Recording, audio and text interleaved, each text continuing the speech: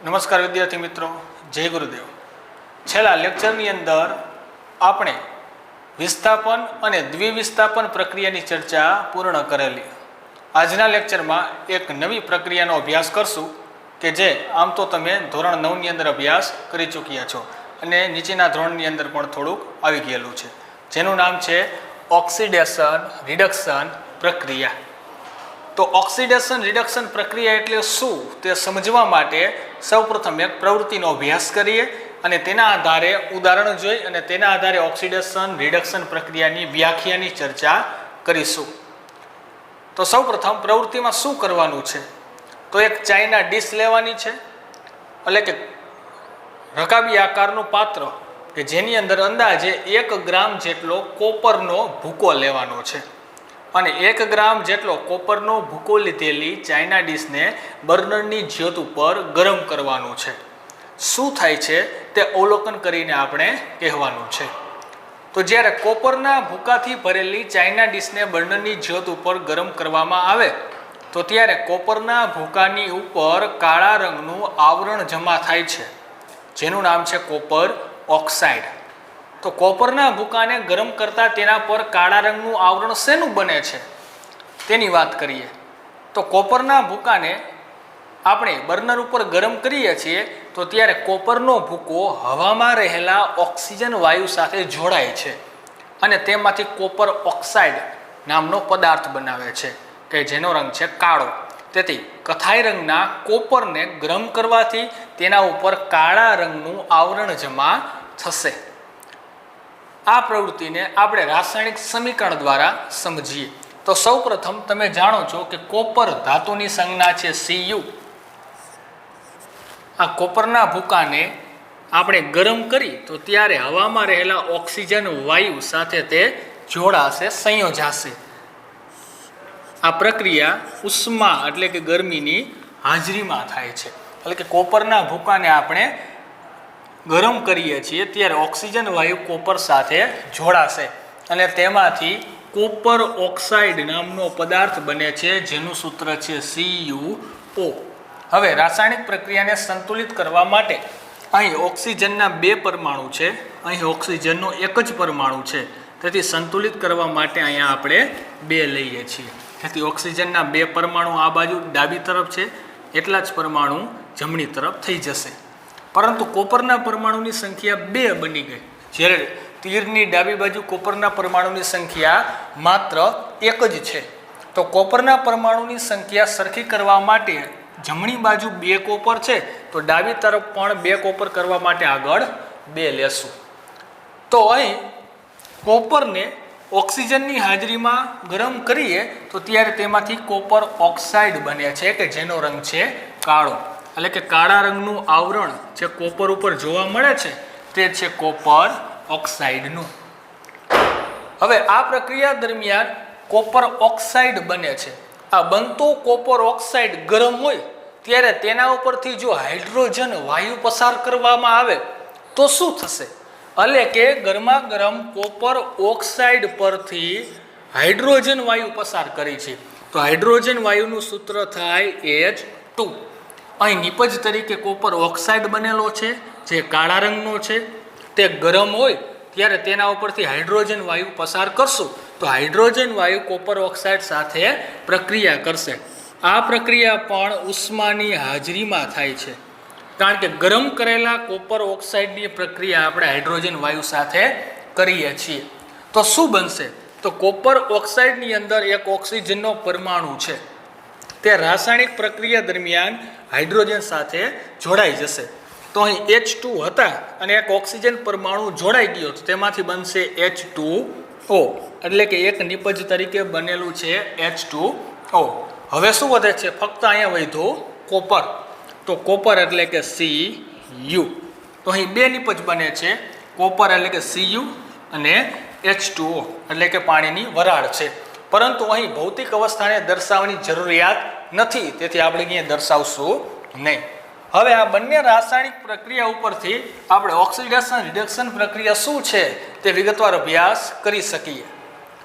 પહેલી પ્રક્રિયાની અંદર કોપર ધાતુને આપણે બર્નર ઉપર ગરમ કરીએ છીએ ત્યારે તેમાંથી કાળા રંગનો પદાર્થ બને છે કોપર ઓક્સાઇડ.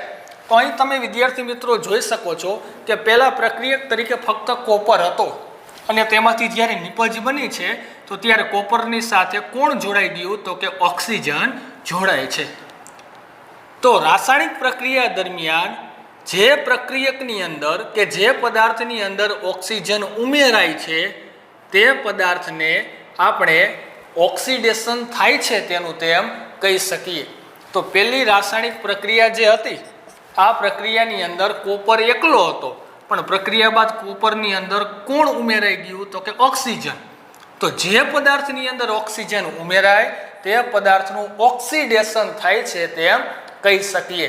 તો અહીં પહેલી પ્રક્રિયાની અંદર કોપરનું ઓક્સિડેશન થાય છે તેમ તમે કહી શકો.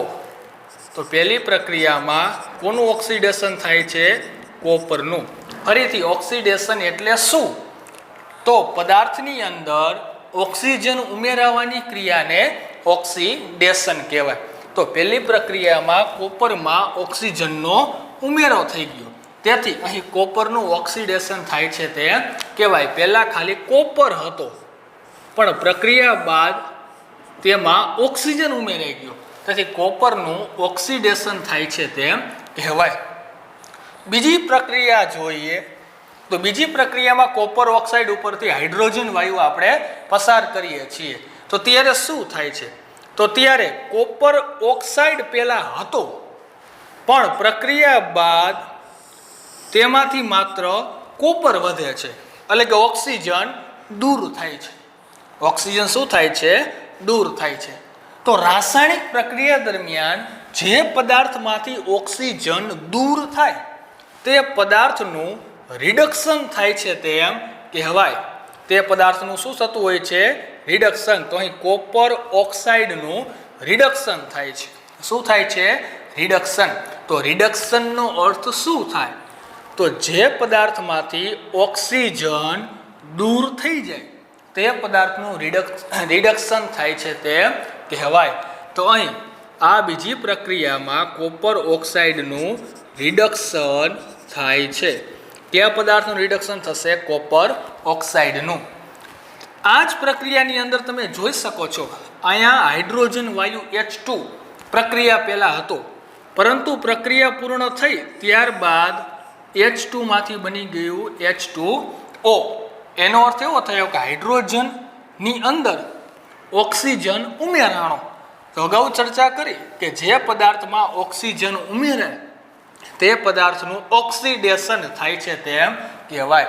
તો આ જ રાસાયણિક પ્રક્રિયાની અંદર હાઇડ્રોજન વાયુનું ઓક્સિડેશન થાય છે.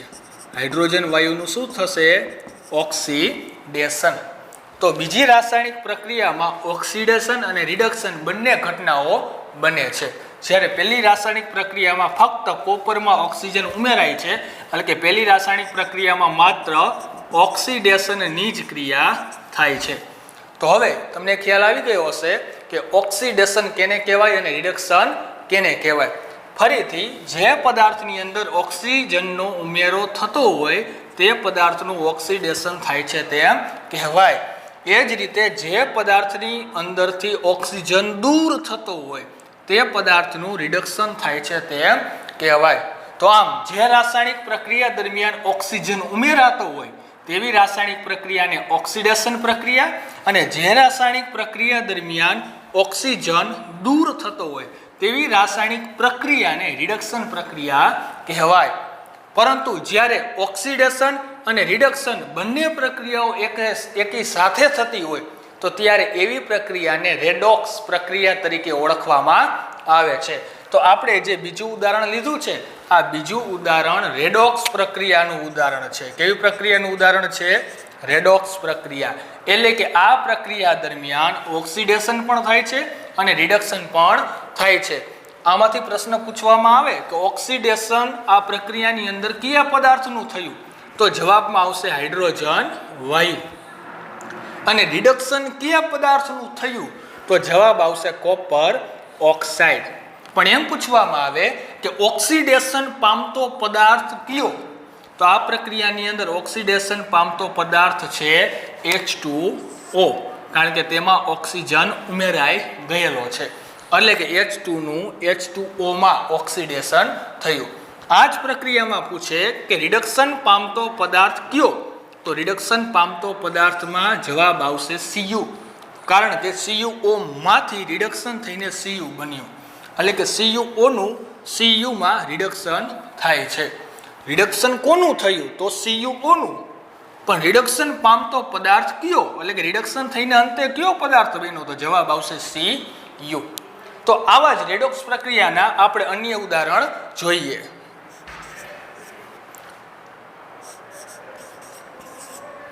ઝીંક ઓક્સાઇડની પ્રક્રિયા જ્યારે કાર્બન સાથે કરવામાં આવે તો ત્યારે શું થાય છે? અગાઉ આપણે તૈયાર કરેલા સૂત્રની અંદર ઝીંક ઓક્સાઇડનું સૂત્ર આવી ગયેલું છે, જે છે ZnO, અને કાર્બનનું સૂત્ર થશે C.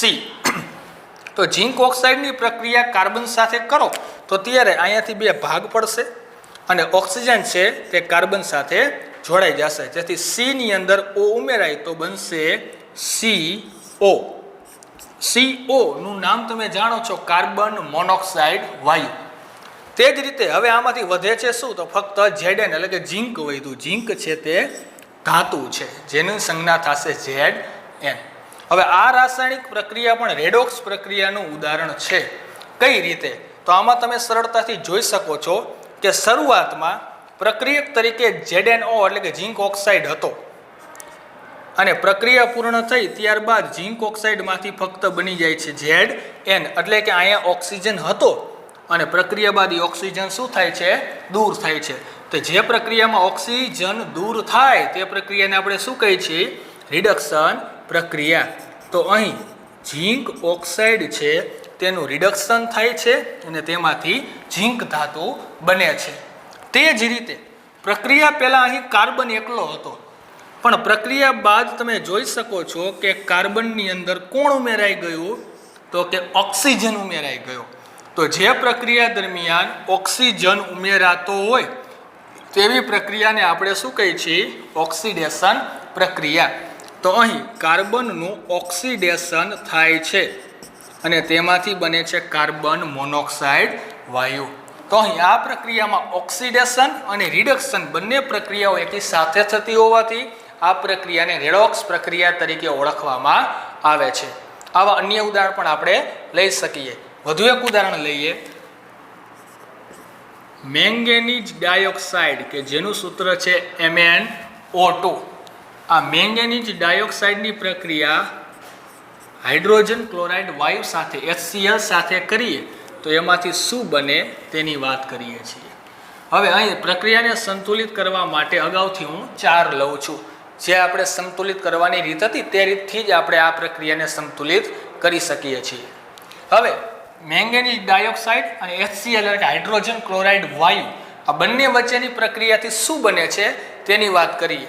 અહીં સરળતા ખાતર 2 ભાગ પાડું છું, જેથી તમે પ્રક્રિયાને સરળતાથી યાદ રાખી શકો. અહીં મેંગેનીઝ છે તે હંમેશા ધનાયન તરીકે હોય છે, ધાતુ છે, તેથી તેના ઉપરનો વીજભાર આવશે +4. ઓક્સિજન છે તે અધાતુ તત્વ છે અને તે ઋણાયન સ્વરૂપમાં હાજર છે, તેના ઉપરનો વીજભાર છે -2. હાઇડ્રોજન છે અધાતુ છે, પરંતુ તે ધન વીજભારિત હોય છે, અને ક્લોરીન છે તે ઋણ વીજભાર ધરાવે છે. હવે તમે જાણો છો કે એકનો ધન આયન બીજાના ઋણાયન સાથે જોડાશે, એટલે કે આ મેંગેનીઝ છે તેની સાથે ક્લોરીન જોડાશે. એકનો ધન આયન બીજાના ઋણાયન સાથે જોડાય, એટલે કે મેંગેનીઝ સાથે જોડાશે ક્લોરીન, પણ ક્લોરીનના 4 પરમાણુ છે તેમાંથી માત્ર 2 જ પરમાણુ જોડાશે, 4 નહીં. આ જે પદાર્થ બને છે તેનું નામ છે મેંગેનીઝ ક્લોરાઇડ. હવે શું વધે છે તેની વાત કરીએ તો ઓક્સિજનના 2 પરમાણુ છે જે ઋણ વીજભારિત છે, તો તે ધન વીજભારવાળા હાઇડ્રોજન સાથે જોડાશે. તો હાઇડ્રોજનની સંખ્યા છે 4. 4 હાઇડ્રોજનને આપણે આ રીતે લખી શકીએ 2H2O, એટલે કે 4 હાઇડ્રોજન પણ આવી ગયા, 2 દૂને 4, અને 2 ઓક્સિજન પણ આવી ગયા, આ 2 ઓક્સિજન. પ્લસ હવે શું વધ્યું, તો તો 4 ક્લોરીનમાંથી 2 ક્લોરીનનો ઉપયોગ થઈ ગયો, 2 ક્લોરીન વધે છે, તો 2 ક્લોરીનને આપણે Cl2 વડે દર્શાવી શકીએ. Cl2 એટલે કે ક્લોરીન વાયુ છે. હવે આ રાસાયણિક પ્રક્રિયા પણ રેડોક્સ પ્રક્રિયાનું ઉદાહરણ છે. કઈ રીતે? તો વિચાર કરો કે આમાં ક્યાં ઓક્સિડેશન થાય છે, ક્યાં રિડક્શન થાય છે, એટલે કે કેનું ઓક્સિડેશન થાય છે, કેનું રિડક્શન થાય છે, તેના આધારે આપણે રેડોક્સ પ્રક્રિયા છે તેમ આપણે કહી શકીએ છીએ. તો તમે સરળતાથી જોઈ શકો છો, પ્રક્રિયા પહેલા મેંગેનીઝ ડાયોક્સાઇડ એટલે કે MnO2 ની અંદર ઓક્સિજન છે, પણ પ્રક્રિયા થાય છે અને તેમાંથી નીપજ બને તો ત્યારે મેંગેનીઝની સાથે ઓક્સિજનના જે 2 પરમાણુ હતા એ દૂર થઈ જાય છે, ત્યાં છે નહીં. તો ઓક્સિજન દૂર થાય છે. આ પ્રક્રિયાને આપણે જાણીએ છીએ શું કહીએ છીએ? રિડક્શન તરીકે ઓળખીએ છીએ. આ જ રીતે બીજો પ્રક્રિયક છે HCl, હાઇડ્રોજન ક્લોરાઇડ. તો અહીં હાઇડ્રોજન ક્લોરાઇડ છે, હાઇડ્રોજન ક્લોરાઇડમાંથી અંતે બને છે ક્લોરીન એટલે કે Cl2. તેની અંદર 4 હાઇડ્રોજનના પરમાણુ હતા, પણ અહીં એકય હાઇડ્રોજન છે નહીં, માત્ર વધે છે ક્લોરીન. તો HCl માંથી બને છે Cl2. તો HCl માંથી બને Cl2 એટલે કે હાઇડ્રોજન દૂર થાય છે. યાદ રાખો, હાઇડ્રોજન દૂર થવાની જે પ્રક્રિયા છે તેને પણ ઓક્સિડેશન પ્રક્રિયા તરીકે ઓળખવામાં આવે છે. ઓક્સિજન ઉમેરાવાની પ્રક્રિયાને જેમ આપણે ઓક્સિડેશન પ્રક્રિયા કહી છે, તે જ રીતે જે પ્રક્રિયામાંથી હાઇડ્રોજન દૂર થતો હોય તે પ્રક્રિયાને પણ શું કહેવાય? ઓક્સિડેશન પ્રક્રિયા કહી શકાય. અથવા તે જ રીતે તમે જોઈ શકો છો, HCl માંથી જો વિચારો તો H2O પણ બનેલું છે, એટલે કે H ની સાથે Cl હતો, પણ પ્રક્રિયા બાદ H ની સાથે કોણ આવે છે? ઓક્સિજન આવે છે. તો અહીં પણ તમે કહી શકો છો કે HCl માંથી H2O બને છે, એટલે કે ઓક્સિજન ઉમેરાય છે. તો આ પ્રક્રિયા પણ ઓક્સિડેશન પ્રક્રિયાનું ઉદાહરણ છે. આમ જે રાસાયણિક પ્રક્રિયા દરમિયાન ઓક્સિડેશન અને રિડક્શન બંને ક્રિયાઓ એકી સાથે થતી હોય તેવી રાસાયણિક પ્રક્રિયાને રેડોક્સ પ્રક્રિયા તરીકે ઓળખવામાં આવે છે. તો આના આધારે કહી શકાય કે ઓક્સિડેશન પ્રક્રિયા શું અને રિડક્શન પ્રક્રિયા એટલે શું. તો યાદ રાખજો, ઓક્સિડેશન પ્રક્રિયા કેને કહેવાય? તો જે રાસાયણિક પ્રક્રિયા દરમિયાન ઓક્સિજન ઉમેરાતો હોય અથવા હાઇડ્રોજન દૂર થતો હોય, આવી રાસાયણિક પ્રક્રિયાને ઓક્સિડેશન પ્રક્રિયા કહેવાય.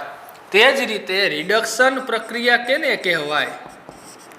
તો આનાથી વિરુદ્ધ, જે રાસાયણિક પ્રક્રિયા દરમિયાન ઓક્સિજન દૂર થતો હોય અથવા તો હાઇડ્રોજન ઉમેરાતો હોય, આવી રાસાયણિક પ્રક્રિયાને રિડક્શન પ્રક્રિયા કહેવાય.